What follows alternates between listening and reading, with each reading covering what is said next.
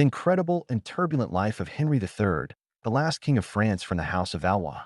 Henry III, born in 1551, was the last of the kings of France from the Valois dynasty, reigning between 1574 and 1589.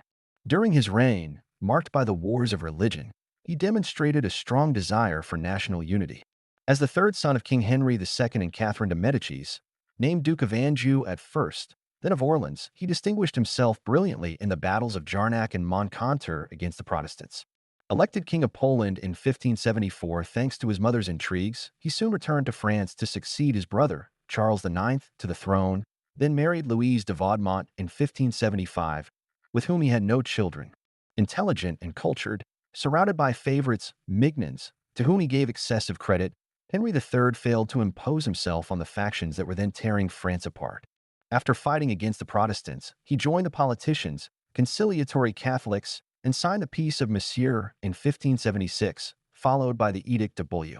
This led to the formation of the League, led by Henry of Guise, but Henry III, who had taken over, failed to rally the intransigent Catholics who forced him to resume the fight against the Protestants, which ended with the Peace of Nerac in 1580.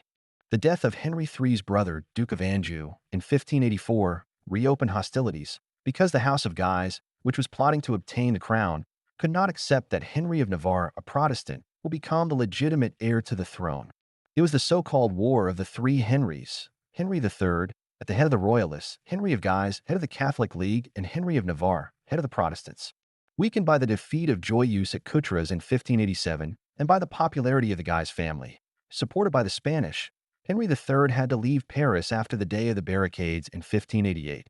The king then plotted to have the Duke of Guise assassinated at Blois in 1588 and reconciled with Henry of Navarre. But when he tried to take Paris from the League, he was assassinated by a fanatical Dominican Jacques Clement.